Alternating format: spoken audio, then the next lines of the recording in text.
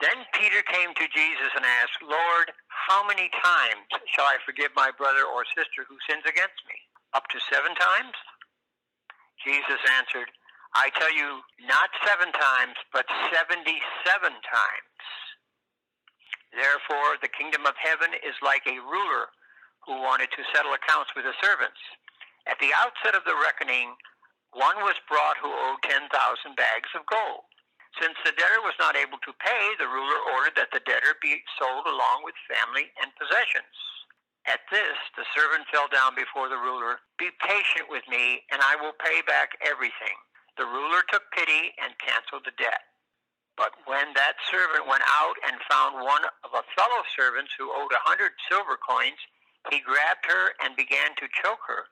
Pay back what you owe me, he demanded. So this fellow servant fell to her knees and begged him, Be patient with me, and I will pay it back. But the first servant refused. Instead, he went off and had her thrown into prison until she could pay the debt. When the other servants saw what had happened, they were outraged and went and told the ruler everything that had happened. Then the master called the servant in. You wicked servant, I canceled all that debt of yours because you begged me to. Shouldn't you have had mercy on your fellow servant just as I had on you? In anger, the ruler handed the servant over to the jailers to be tortured until the debt could be paid back. This is how your Creator in heaven will treat each of you unless you forgive your brothers and sisters from your heart. I want to get to the heart of our gospel reading today. When we are presented with, Peter asking the question, how many times do I need to forgive somebody? 7 times? And he thought that was a big number. Boy, he was so generous. And Jesus comes back to him, and depending upon the translation that you have, 7 times 7, 7 times 70, or in the case we have the day of 77 times. In other words, you can't stop forgiving. Now, why is that? Why is it so important? Well, there's really, I think there are 2 reasons. One, we sort of get, because we say it every Sunday in the Lord's Prayer, God, forgive us our trespasses as we forgive those who trespass against us. In other words, as we treat others, we are going to be treated ourselves by God in that prayer. So we are encouraged not only to realize that our fate is baked together with the fate of others' humanity, and our forgiveness is based upon the forgiveness of other people. That's the parable that we have today of the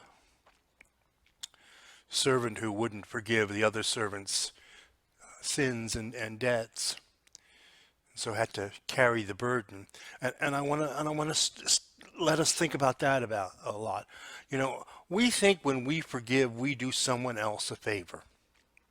Oh, I forgive you. The burden's lifted off of you now. The person may not have been carrying the burden, but you are. You are carrying the burden of feeling harmed,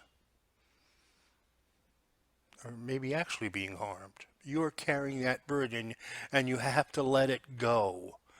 Now, it's not just as easy as saying, okay, I forgive you, forget it, it's all over. No, it's a process that we need to go through to let it go,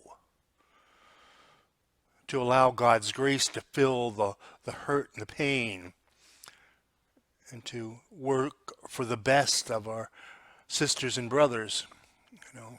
I want you to be treated justly as I look to be treated justly too. So let us love one another. This is last Sunday's reading. It said, because love cannot harm the neighbor.